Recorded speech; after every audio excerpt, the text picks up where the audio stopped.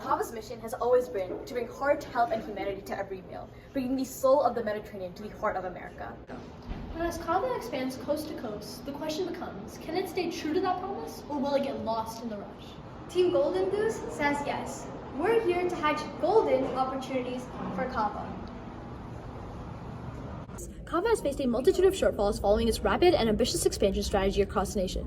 Through a multitude of failed health inspection checks across New York City stores, the continued decentralization of supply vendors across new stores being opened, as well as increased price volatility regarding international ingredients, has only served to harm public perception regarding the freshness that Kava once prided itself on.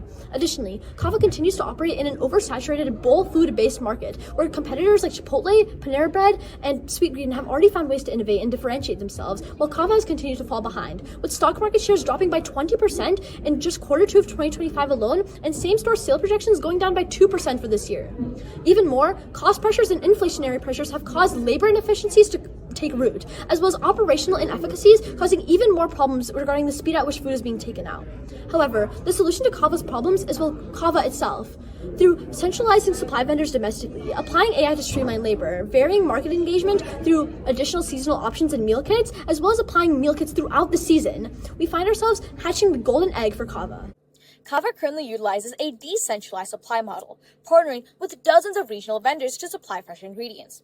However, this fragmented network has led to increased delivery times, higher spoilage, and quality control issues across stores. That's why our first recommendation is to introduce a centralized hub-and-spoke supply model. Under this model, 80% of Kava's produce will come from a small group of large national vendors, hubs, that can pick fresh produce and flash freeze them at peak ripeness for Kava to use. The remaining 20% of produce will be sourced from local and regional vendors, ensuring that Kava can maintain its brand authenticity and community connection. Flash freezing has been scientifically proven to maintain nearly all of nutrients, ensuring that Kava can maintain the freshness that it's known for while continuing national expansion.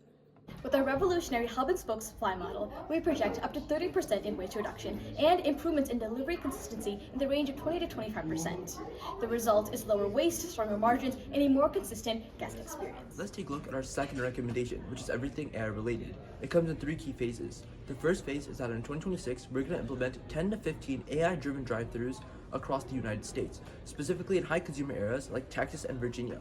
In those locations, we're going to boost software employment by up to 2-fold to increase the speed of delivery and overall customer satisfaction by up to 30%. The second phase is going to be AI recommendations for consumers on the interfaces and websites. Anytime a consumer comes to the app or the website interface, AI is going to detect high traffic times and spew out the most marketable goods so we can capitalize on the $4.7 billion market of taste flavors that we haven't fully established. The third phase is going to be predictive ordering. In 2027, we're going to implement AI partnerships with all of our fresh produce sellers. Since we pride ourselves on being fresh, we want to ensure that all of our produce is protected from harsh weather conditions. In doing so, we're going to be able to cut spoilage by up to 15%.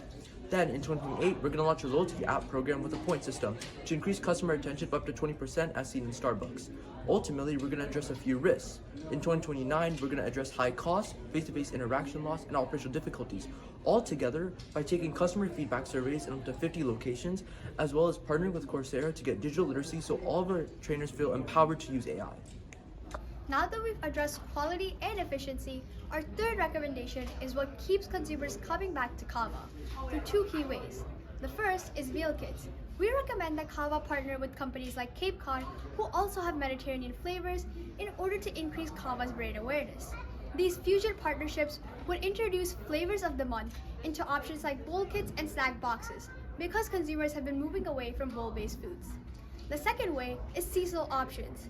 We recommend that Kava offer limited time options like Taco Bell did with their nacho fries. This would keep consumers coming back and exploring what's new. Our plan has 3 phases for implementation. The first being experimentation, the second being finalizing contracts with 2 companies minimum, and the third is scaling in the future. Every brilliant initiative, however, comes with risks. One main risk is increased expenses for Kava. Thankfully, this can be easily combated because the seasonal options that range for a limited time span generate more revenue and exceed the minimal expenses. We'll know Kava is succeeding when they've established programs in at least 5 states, have finalized 12 partnerships, and have seen an increase of revenue by 10 to 15% in the 3rd year. Seize the golden opportunity with Team Golden Goose.